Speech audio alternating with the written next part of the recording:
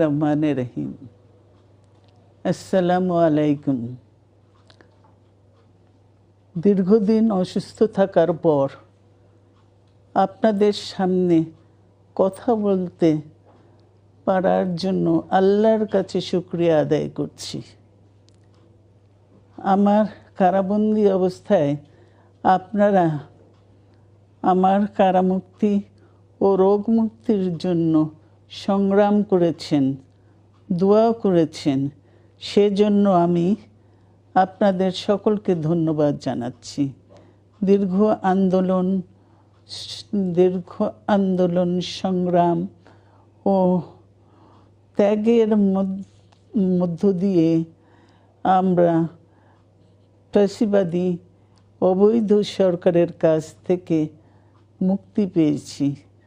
আমি আন্তরিক ধন্যবাদ জানাতে চাই আমাদের বীর সন্তানদের, যারা মরণপণ সংগ্রাম করে এই অসম্ভবকে সম্ভব করেছে।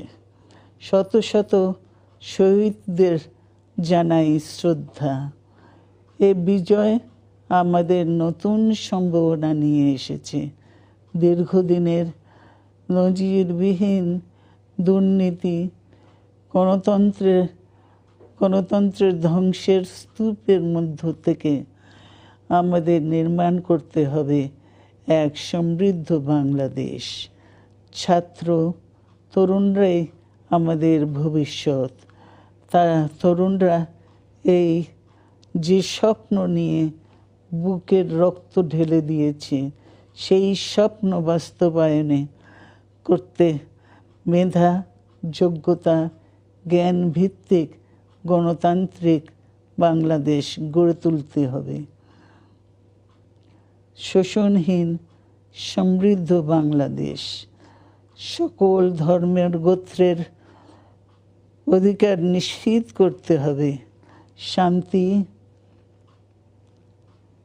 প্রগতি আর সাম্যের ভিত্তিতে আধুনিক বাংলাদেশ নির্মাণে আসুন আমরা তরুণদের হাত শক্তিশালী করি। ধ্বংস নয়, প্রতিশোধ নয়,